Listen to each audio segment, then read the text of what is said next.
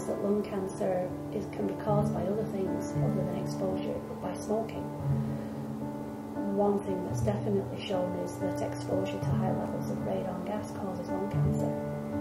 And if you don't know to test your home, or that your workplaces or school has been tested, you don't know whether you're living in high levels and whether your home is safe.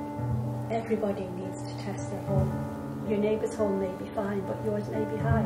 The only way you know is to test.